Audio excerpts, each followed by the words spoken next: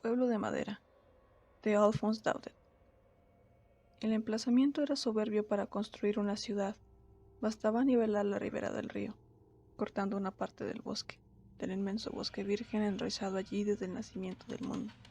Entonces, rodeada por colinas, la ciudad descendería hasta los muelles de un puerto magnífico, establecido en la desembocadura del río Rojo, solo a 4 millas del mar. En cuanto el gobierno de Washington acordó la concesión, carpinteros y leñadores se pusieron a la obra, pero nunca habían visto un bosque parecido, aferrado al suelo con todas sus lianas, con todas sus raíces. Cuanto talaban por un lado renacía por el otro, rejuveneciendo de sus heridas, en las que cada golpe de hacha hacía brotar botones verdes. Las calles, las plazas de la ciudad, apenas trazadas, comenzaron a ser invadidas por la vegetación. Las murallas crecían con menos rapidez que los árboles, y en cuanto se erguían, se desmoronaban bajo el esfuerzo de las raíces siempre vivas. Para terminar con esas resistencias, donde se enmohecía el hierro de las sierras y de las hachas, se vieron obligados a recurrir al fuego. Día y noche una humadera sofocante llenaba el espesor de los matorrales, en tanto que los grandes árboles de arriba ardían como cirios. Finalmente llegó el invierno. La nieve se abatió con una segunda muerte sobre los inmensos terrenos cubiertos de troncos ennegrecidos, de raíces consumidas. Ya se podía construir. Muy pronto una ciudad inmensa, toda de madera como Chicago, se extendió en las riberas del río Rojo, con sus largas calles alineadas, numeradas, abriéndose alrededor de las plazas, la bolsa, los mercados, las iglesias, las escuelas, y todo un despliegue marítimo de galpones de aduanas, de muelles, de entrepuertos, de astilleros para la construcción de los barcos. La ciudad de madera, Woodston, como se le llamó, fue rápidamente poblada por los estrenadores de las casas de las ciudades nuevas. Una actividad febril circulaba en todos los barrios, pero sobre las colinas de los alrededores, que dominaban las calles repletas de gente y el puerto lleno de barcos, una masa sombría y amenazadora se instaló en semicírculo. Era el bosque que miraba. Miraba aquella ciudad insolente que había ocupado su lugar en las riberas del río, y de 3000 árboles gigantescos. Toda Woodstown estaba hecha con su misma vida. Los altos mástiles que se balanceaban en el puerto, aquellos innumerables desniveles uno tras otro, hasta la última cabaña del barrio más alejado. Todo se lo debían, tanto los instrumentos de trabajo como los muebles, tomando solo en cuenta el largo de sus ramas. Por esto, qué rencor terrible guardaba contra esta ciudad de ladrones. Mientras duró el invierno, no se notó nada. Los habitantes de Woodstown oían a veces un crujido sordo en sus techumbres y en sus muebles. De vez en cuando una muralla se rajaba, un mostrador de tienda estallaba en dos estruendosamente, pero la madera nueva padece estos accidentes, y nadie les daba importancia. Sin embargo, al acercarse la primavera, una primavera súbita, violenta, tan rica de savia que se sentía bajo la tierra como el rumor de las fuentes, el suelo comenzó a agitarse, levantando por fuerzas invisibles y activas. En cada casa, los muebles, las paredes de los muros, se hinchaban y se veían en los tablones del piso largas elevaciones, como ante el paso de un topo.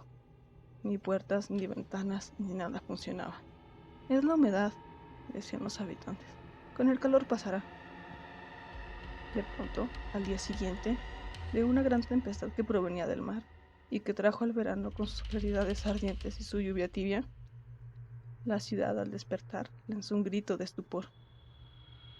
Los techos rojos de los monumentos públicos, las campanas de las iglesias, los tablones de las casas y hasta la madera de las camas, todo estaba empapado en una tinta verde, delgada como una capa de moho, leve como un encaje.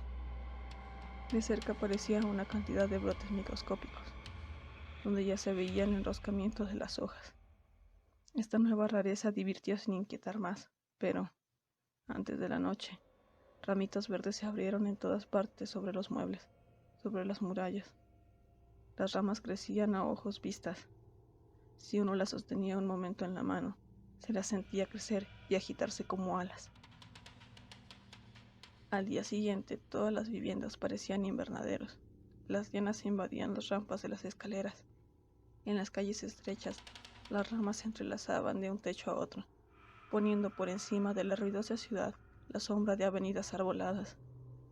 Esto se volvió inquietante. Mientras los sabios reunidos discutían sobre este caso de vegetación extraordinaria, la muchedumbre salía afuera para ver los diferentes aspectos del milagro. Los gritos de sorpresa, el rumor sorprendido de todo aquel pueblo inactivo daba solemnidad al extraño acontecimiento.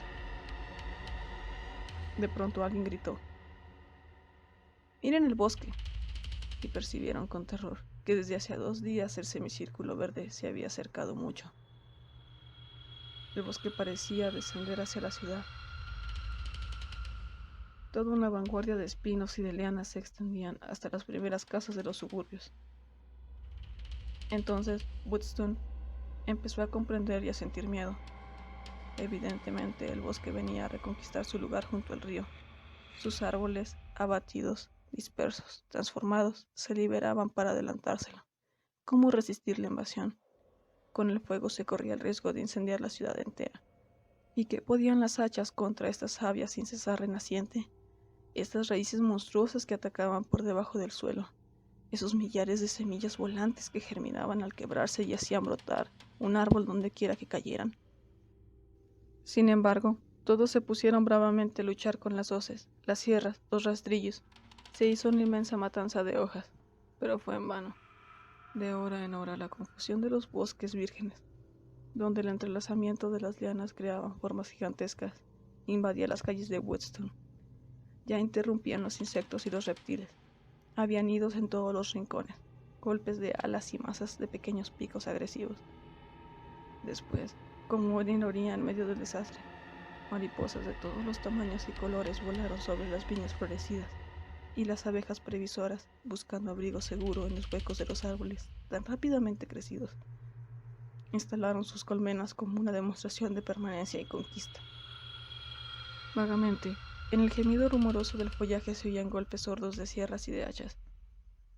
Pero el 4.º día se reconoció que todo trabajo era imposible. La hierba crecía demasiado alta, demasiado espesa. Las lianas trepadoras se enroscaban en los brazos de los leñadores y agarraban sus movimientos. Por otra parte, las casas se volvieron inhabitables. Los muebles, cargados de hojas, habían perdido la forma.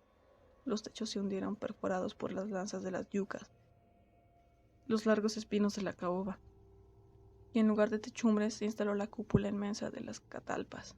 Era el fin, había que huir. A través del apretujamiento de plantas y de ramas que avanzaba cada vez más, los habitantes de Woodstone, espantados, se precipitaron hacia el río, arrastrando en su huida lo que podían de sus riquezas y objetos preciosos. Pero cuántas dificultades para llegar al borde del agua. Ya no quedaban muelles, nada más que musgos gigantescos. Los astilleros marítimos, donde se guardaban las maderas para la construcción, habían dejado lugar a bosques de pinos. Y en el puerto, lleno de flores, los barcos nuevos parecían islas de verdor.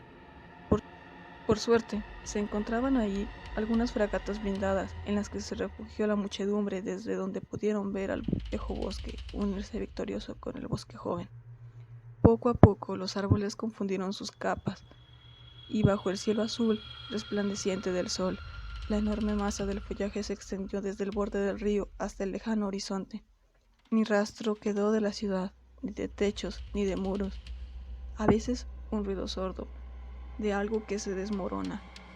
Último eco de las ruinas, donde se oía el golpe de hacha de un leñador enfurecido, retumbaban en las profundidades del follaje. Solamente el silencio vibrante, rumoroso, zumbante, de nubes de mariposas blancas giraban sobre la ribera desierta. Y lejos, hacia el alta mar, un barco que huía, con 3 grandes árboles verdes erguidos en medio de sus velas, llevaba a los últimos emigrantes de lo que fue Woodstone.